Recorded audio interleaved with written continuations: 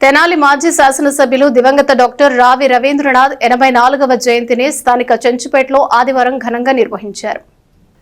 Municipal chairman గా ఎమ్మెల్యేగా సుదీర్ఘ కాలం ప్రజా జీవితంలో గడిపిన డాక్టర్ రావి రవీంద్రనాథ్ తన నిస్వార్థ సేవతో ప్రజల జీవితాల్లో చిరస్మరణీయులుగా నిలిచినట్లు పలువురు వక్తలు నివాళులర్పించారు. చెంచుపేటలో జరిగిన జయంతి సభలో డాక్టర్ రవీంద్రనాథ్ నిలువెత్తు చిత్రపటానికి పుష్పాంజలి ఘటించారు. వైసీపీ నాయకులు రావి రాంబాబు మాట్లాడుతూ మున్సిపల్ చైర్మన్ గా ఎమ్మెల్యేగా పేదలకు అండగా నిలిచి చేసిన సేవలు మరువరానిదని అన్నారు.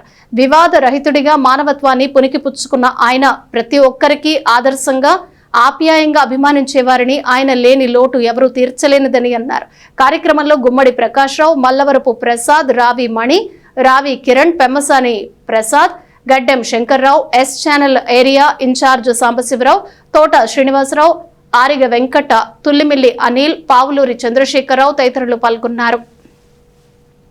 జోహార్ రావి రవీంద్రనాథ్ గారు, జోహార్ రావి రవీంద్రనాథ్ గారు, జోహార్ రావి రవీంద్రనాథ్ గారు.